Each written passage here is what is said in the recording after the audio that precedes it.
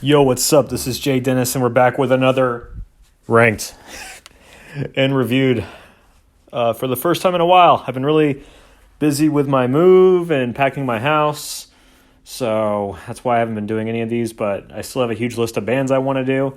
And what better band to do for the first time in a while than a band who's had a very diverse and risky discography than the band we're doing today, which is Bring Me the Horizon. We are doing their 7 albums that date back to 2006's Count Your Blessings, all the way up till their most recent album from 2020, Posthuman. I'm going to be shortening a lot of these long titles.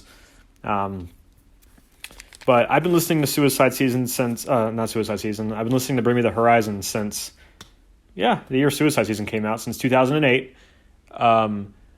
When Suicide Season was fresh, they were a pretty big band for me in my senior year of high school. The MySpace scene days, MySpace deathcore, Count Your Blessings, and then Suicide Season, and then I'd listen to There Is a Hell, I'd listen to Senpaternal as those albums came out. So I've been listening to them on again, off again since 2008. Mostly their first 4 albums. I kind of lost interest after That's the Spirit, and then didn't really listen to Amo when it came out, and then Posthuman, I listened to it when it came out, and I enjoyed it. So, but they've had a really diverse, interesting mix of sounds, so I figured, wow, of all the 7 albums I could possibly do, there's probably going to be some serious variance and no two-way ties between any of these albums, right?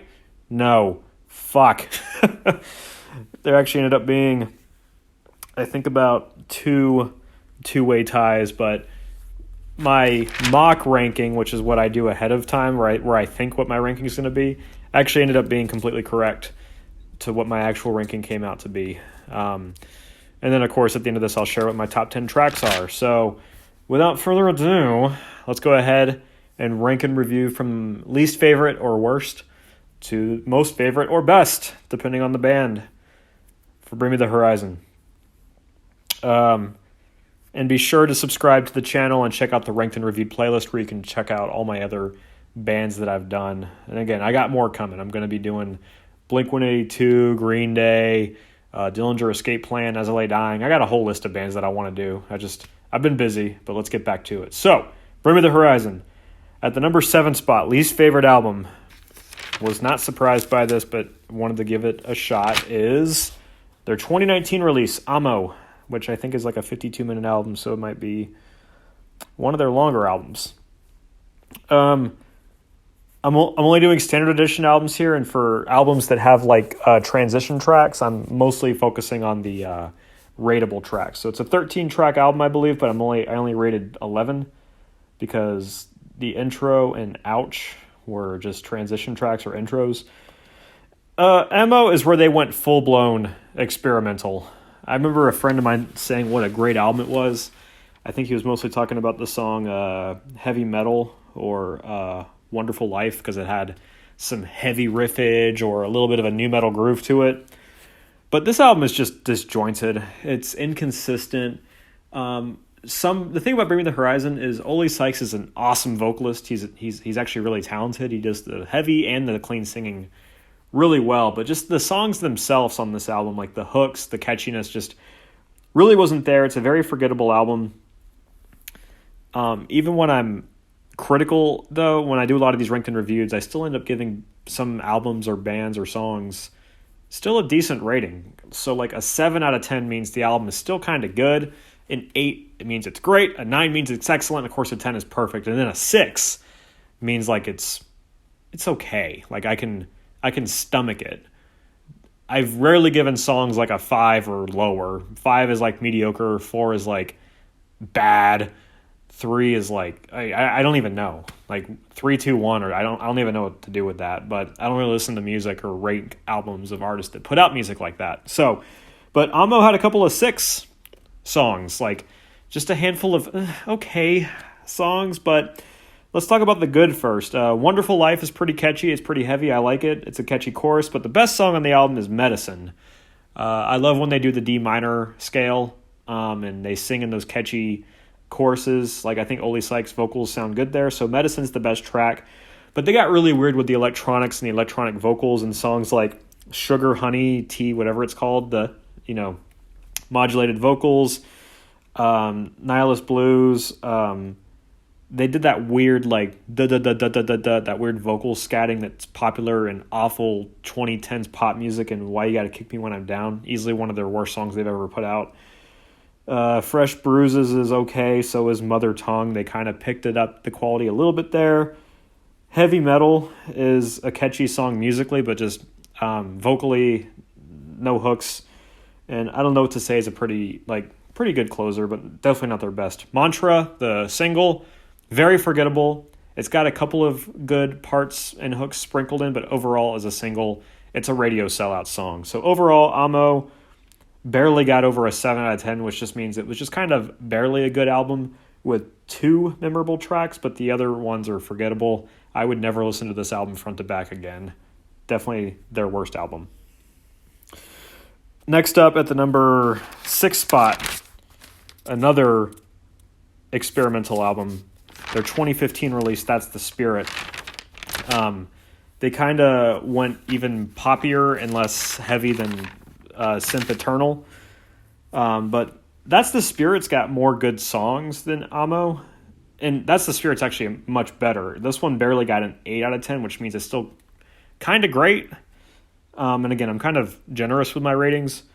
But I do scrutinize songs by themselves. I'm using a weighted average score for the albums here. Like some songs like Happy Song, didn't care for it. Some songs like, what's another one? Throne, just sounds like I'm not the first person to say this, it sounds like a knockoff of Faint from Linkin Park. The song Avalanche is not great. Neither is Run. But let's talk about the good. Doomed is a pretty solid opener. Follow You is a great electronic kind of alternative song. What You Need. I did not realize that I would really like that song. That's the best song on the album, in my opinion. I forgot it existed, and when this album came out back then, and I only listened to like maybe half of it, I overlooked this one. But What You Need is actually a really great song. I've always enjoyed the song Drown, which is the lead single off of it. It's got one of my favorite chord progressions. It's solid. It's catchy. I don't care if it's a little bit generic. I think Bring Me the Horizon did that song well. The album closes on a solid note with Drown, Blasphemy, and Oh No. It's got like that 80s doon doon doon doon. Like Oh No sounds like a modern day 80s like love ballad with some catchiness to it. So That's the Spirit kinda is what pulled it away from being the worst album, and barely the worst album, because I think the next one it might be kind of tied with. It's just inconsistent, though. You got too many songs in a row, like Happy Song, True Friends, Throne, and then Avalanche and Run. Just half at least about half the tracks are kind of weak. But another album I wouldn't really listen to from start to finish, but there are some songs in there worth listening to. Doom, What You Need, and Drown. Blasphemy, Oh No. All right, next up we have the number 5 album, which a little bit of a tie, but I'm going to give the edge to this one. It's their most recent release, Posthuman, whatever it's called, from 2020. It's shorter, but it's like a much more polished and, of course, heavier version of Amo, which basically means they took some risks with this album. They had some features that were, if it comes down to preference, I think they would have been better off without the features. Kingslayer would have been a better song if it didn't have Baby Metal. And then I don't know what the fuck Ludens was, but that song is just disjointed and weird. I'm not a fan of it. But there are 2 fantastic songs in this album. You got Teardrops and One by One. Both, like, Kingslayer was such a weird hit or miss song that had some redeeming qualities, but then One by One I think stayed in the same key, but really tied it up, and it was just a Bring Me the Horizon song with no weird features. Bring Me the Horizon kind of shit the bed a little bit with features, except with Amy Lee on One Day. That is a great closing track, and Amy Lee, as distinguishable as her voice is, I just immediately knew, like, oh my god, is that Amy Lee? She sounded incredible. Great feature. Dear Diary, a little bit of a tribute to Deftones' Swerve City riff there. So solid opening track with some heavy vocals and lyrics. Parasite Eve has a pretty catchy chorus. Same thing with Obey, but the quality of some of the songs overall, they're just not at the same caliber, in my opinion, as like maybe Bring Me the Horizon's first 4 albums. But Posthuman is definitely their best modern album. If we're looking at the back half of their catalog, they definitely redeemed themselves after Amo with Posthuman. It's pretty easy to listen to from front to back. It's only like a half-hour album. It's not one of my favorites, but songs like Teardrops and One by One really do make the album worth listening to. And then again, of course, Dear Diary, basically the first front half of the album until you get to Itch for Love, that transition track, kind of breaks it up and you get a little bit of a dip, but then it picks up with One by One, drops with Ludens, and then closes on a solid track with One Day. So the last three albums, I just don't have a whole lot of nostalgic or sentimental value to them, so that's a little bit of a disadvantage, but objectively speaking, musically, they've done a lot better. Let's see here. All right, let's see here. So at the number 4 spot, we have their first release, Count Your Blessings, which is just a generic MySpace deathcore album. But if you're a fan of heavier music like I am, this is more your language. Back in the day, I found this album to be pretty catchy, but as a guitar player who was trying to not be generic and not just play metalcore or deathcore riffs that have been recycled over and over again, Count Your Blessing is just chock full of that. But there is some solid guitar work in here. Oli Sykes' vocals are pretty good. Even if he injured himself by having bad technique, he's still pretty solid, and he's done a lot better for himself over the years. But Pray for Plagues is kind of a classic. My favorite song is Tell Slayer Not to Wash His Dick. Then Braille, for Stevie Wonder's Eyes Only. It's a pretty consistent album, but there's just nothing that really breaks through like above an 8.5. It's mostly like the album got like an 8.16, which means it's just a little bit of a great album, kind of a classic. Off the Heezy and I Used to Make Out with Medusa are solid closing tracks, but it's kind of just a solid front to back album that's easy to listen to. It's a little repetitive. Some of the tracks blend into each other, but there are some transition tracks like Slow Dance and then 15 Fathoms Counting that kind of help the pacing of the album. But overall, it's just kind of a generic deathcore album with recycled riffs, but there's some fun parts in there if you like it and if you're into that. If you need something heavy to listen to, this is a pretty decent album. And their 4th best album. They were definitely doing what was trendy at the time and doing MySpace scene deathcore stuff. Count Your Blessings. Best song, Tell Slayer Not to Wash His Dick.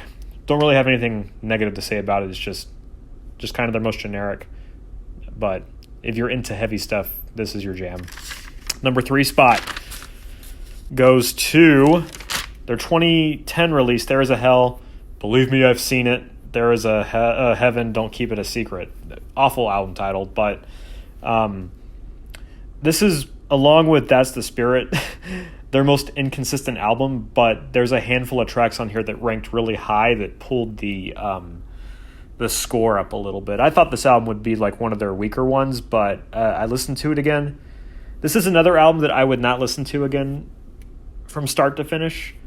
I listened to it a lot back when it had come out. I had some memories to that. Some good, some bad. But I get good feels when I hear one of my all-time favorite tracks from Bring Me the Horizon, and that's Fuck. That song is catchy, it's awesome, it's heavy, it's good feels. Visions, another one of my top favorite tracks, but Crucify Me is one of their worst opening tracks, just with that stupid modulated, there is a heaven, like what the fuck were they thinking in the studio? They have this great solid opening track with beautiful clean instrumentals, the ambiance that sounds like you're in heaven almost, but then they're in the studio like, okay, what can we do to really like elevate this song? Okay, let's take a cracked out sounding Japanese baby and then modulate the voice and then like stutter it, go hee hee hee. And then what? Were they in the studio listening to that and they were like, yes, that is what makes the song, yes, perfect. Like, did they all high five in the studio after the producer or whoever came up with that stupid idea? That fucking ruined the song. Crucify Me is one of the worst opening tracks because of that. But other than that, it's a solid track in my opinion. It picks up with Anthem, and of course It Never Ends, one of the lead singles, and then of course it picks up even more with Fuck. Don't Go's got some merit. It drops with Home Sweet Hole, which is one of their weaker songs. Alligator Blood, they picks it back up. Visions, another one of the best tracks. Blacklist, they kind of bring back that drop G Suicide Season sound with that, but it's no Death Breath or no Sleep with One Eye Open. it closes on a solid note with Blessed with a Curse, kind of like a Suicide Season closing track, kind of reminiscent of that. But then Fox and the Wolf, I don't know what they were thinking, closing with a 1.5-minute track, and then Josh, whatever his name is from The Chariot, his feature was okay.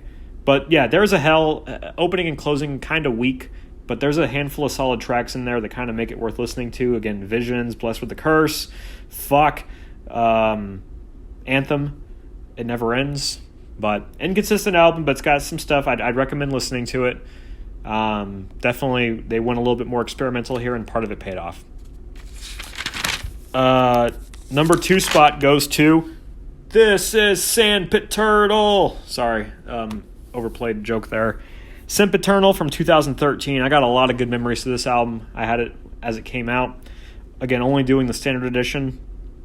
Can You Feel My Heart's a pretty solid opening track, but it really picks up with like the good feels in the drop C metalcore action with House of Wolves, Empire. Sleepwalking is absolutely one of the best tracks on the album. It's got such a heartfelt piano part and catchy chorus, D minor.